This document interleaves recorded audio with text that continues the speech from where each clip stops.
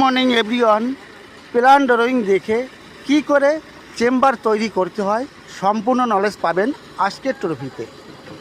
ভিডিওটি খুবই গুরুত্বপূর্ণ, শুরু থেকে শেষ পর্যন্ত দেখুন, তাহলে সব কিছুই বুঝতে পারবেন। মোবাইল স্ক্রিনের উপরে যে ড্রয়িংটি দেখতে পাচ্ছেন, এটি আপনার চেম্বারের সেকশন ড্রয়িং। এই ড্রয়িং দেখে কি করে চেম্বার তৈরি করতে হয় সম্পূর্ণ নলেজ পাবেন। তাছাড়াও জানতে পারবেন এই অটো লেভেল মেশিনের সাহায্যে কিভাবে লেভেল ট্রান্সফার করতে হয় চেম্বারে, সেটাও জানতে পারবেন।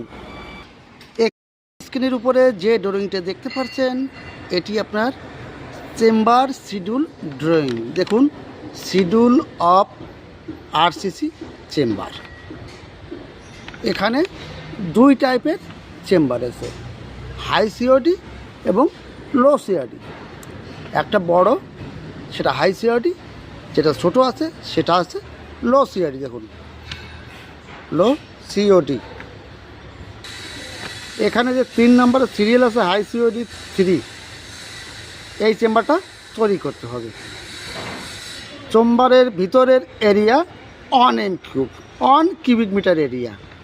1 কিউবিক মিটার এরিয়া বানাতে গেলে তার কত বাই কত সাইজ বানাতে হবে? 1 metre by 1 metre by 1 metre. তাহলে 1 কিউবিক মিটার এরিয়া তৈরি হয়ে যাবে। অর্থাৎ আমার চেম্বারের সাইজ হবে লম্বা 1 মিটার, চওড়া 1 মিটার, হাইট 1 মিটার। বুঝতে পারলেন? এই চেম্বারটি এইভাবে লম্বা আছে 1 মিটার, চওড়া আছে 1 মিটার, আর হাইটটা আছে 1 মিটার। তবেই আমি এই এরিয়া 1 কিউবিক মিটার এরিয়া পেয়ে যাব। ক্লিয়ার বন্ধুরা? চেম্বারের সাইজটা জানতে পারলাম।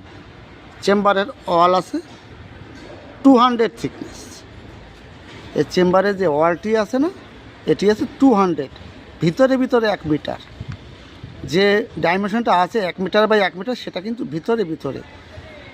এইবার যে ওয়ালটি আছে এটি কিন্তু 200 mm, এই পাশে ওয়ালটি আছে 200 mm। এইবার আমাকে এক্সকাভেশন এরিয়া করতে হবে। তাহলে চেম্বারের ভিতরে পাশে 1 মিটার, এই পাশে 200, এই পাশে 200, 1 metre plus 0.2 plus 0.2, 1.4 metre, 1400 mm outer. Same opposite সাইডে 1400 mm আউটার টু আউটার পেয়ে গেলাম। এইবার এই চেম্বারটি স্পেসটা বড় করতে হবে। আমার আউটার আছে 1.4 মিটার বাই 1.4 মিটার। আমার 1 ফুট চারিপাশে এক্সট্রা এক্সকাভেশন বা খনন কার্য করতে হবে। কী জন্য করতে হবে এটা করতে হবে আমার যে ওয়ার্ক স্পেস, এই ট্যাঙ্কিতে চেম্বারটা তৈরি হবে। যে ওয়ার্কার কাজ করবে কি করে যদি একটু বড় করে না এক্সকাভেশন করি। এটা ক্লিয়ার বন্ধুরা? এইবার আমার এক্সকাভেশন এরিয়াটা তৈরি করতে হবে। আমার আউটার হয়ে গেল 1400 mm। 1 ফুট এই পাশে, 1 ফুট এই পাশে, 1 ফুট এই পাশে, 1 ফুট এই পাশে এক্সট্রা এক্সকাভেশন করতে হবে। আমার ওয়ার্ক স্পেস অর্থাৎ কাজ করার জন্য এরিয়া দরকার আছে। তাহলে 1400 mm আউটার হলে এদিকে 300 mm বাড়বে, এদিকে 300 বাড়বে, 1400, 600, 2 মিটার। আমার এক্সকাভেশন এরিয়া বানাতে হবে 2 মিটার বাই 2 মিটার। একদম minimum 2 metre by 2 metre area করতে হবে। আপনি যদি এর থেকে বড় করেন এরিয়া তাহলে চলবে, ছোট করতে পারবেন না। ছোট করলে কি হবে? আপনার এখানে কাজ করার অসুবিধা হয়ে যাবে, ওয়ার্কাররা কাজ করতে পারবে না। এই কথাটা মাথায় রাখবেন। অনেকেই এই ভুলটা করে থাকে যে কংক্রিট আউটার যে মাপটা আছে ওই মাপে এক্সকাভেশন করে দেয়, কিন্তু ওয়ার্ক স্পেসের জন্য 1 ফুট করে চারিপাশে বাড়াতে হয়, সেটা করে না।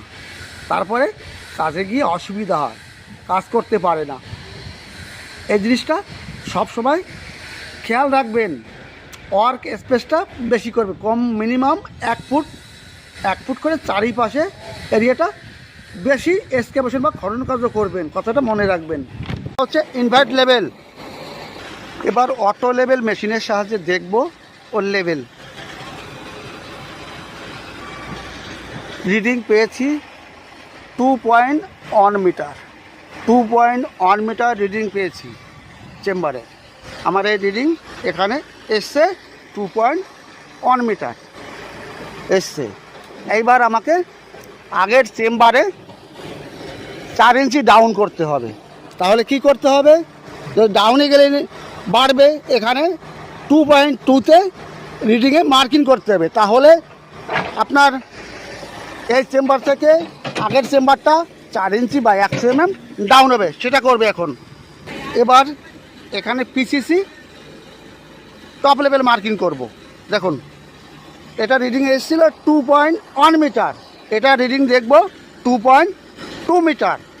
তাহলে আমার 100 mm ডাউন আসবে পিসিসি টপ। এখন মেশিনে রিডিং পেয়েছি 2.2 মিটার। এটা আমার পিসিসি বা আরসিসি টপ লেভেল। দেখুন একটা রডে মার্কিং করা আছে, ওটা হচ্ছে আমার এখানকার চেম্বারের পিসিসি টপ। এই চেম্বারটা আরসিসি করা হবে না, অর্থাৎ রড দিয়ে তৈরি করা হবে না। এখানে রড দিয়ে তৈরি করা আছে, এখানে ক্লায়েন্টের ডিসকাস হয়েছে, এখানে ব্রিক্স মানে ইট দিয়ে তৈরি করতে হবে, এই জন্য এখানে পিসিসি করা হচ্ছে। যদি কংক্রিট করা হতো তাহলে আমার কী হতো জানেন, তখন পিসিসি হতো না, এখানে আরসিসি টপ হয়ে যেত। একটা কথা মনে রাখবেন যে ইনভার্ট লেভেল অর্থাৎ যে আউটলেট পাইপ যাবে আপনার পিসিসি থেকে 4 ইঞ্চি উপরে আসে। এটা অনেকেই ভুল করে যে ড্রয়িংয়ের ইনভার্ট লেভেল আর পিসিসি লেভেল এক করে ফেলে, কিন্তু এক হবে না। আপনার পিসিসি লেভেল থেকে কংক্রিট লেভেল থেকে 4 ইঞ্চি উপরে পাইপের ইনভার্ট লেভেল থাকে, এই জিনিসটা খেয়াল করবেন। এবার দেখুন এখানে পিসিসি আছে 75 mm, তারপরে আছে দেখুন মেটাল ফিলিং আছে, মেটাল ফিলিং আছে আপনার 300 mm। এটা করতে হবে। আমরা এই পিসিসির টপ লেভেল মার্কিং করেছি, পিসিসির টপ লেভেল মার্কিং করেছি। আর পিসিসির থিকনেস আছে 75 mm, 75 mm বা 3 ইঞ্চি আছে পিসিসি।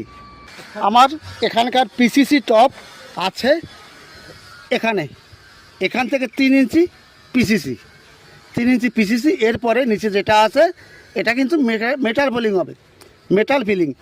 ড্রয়িং এখানে দেখানো আছে, দেখুন এই মেটাল ফিলিং আছে, এই মেটাল ফিলিংটা এখানে হবে।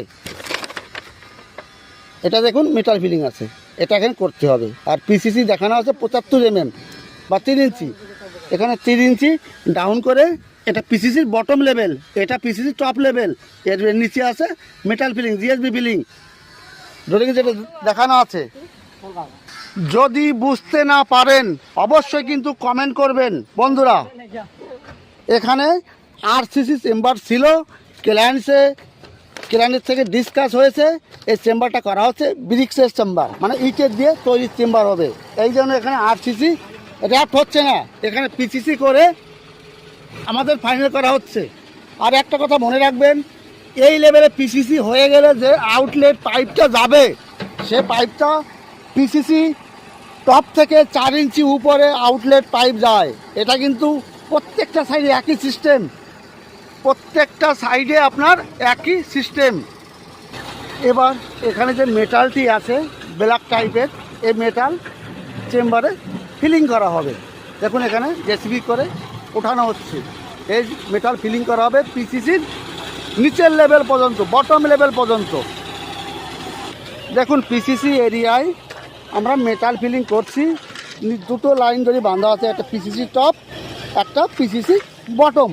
নিচের লেভেলে এই মেটালটি ফিলিং হবে, তারপরে আমরা পিসিসি করবে এখানে। যদি একটু ভালো লাগে বন্ধুরা অবশ্যই কিন্তু কমেন্ট করবেন, অবশ্যই কমেন্ট করবেন। তাহলে বন্ধুরা এখানে রাখছি, সকলে ভালো থাকুন, সুস্থ থাকুন, আবার দেখা হবে আপনাদের সঙ্গে। All the best.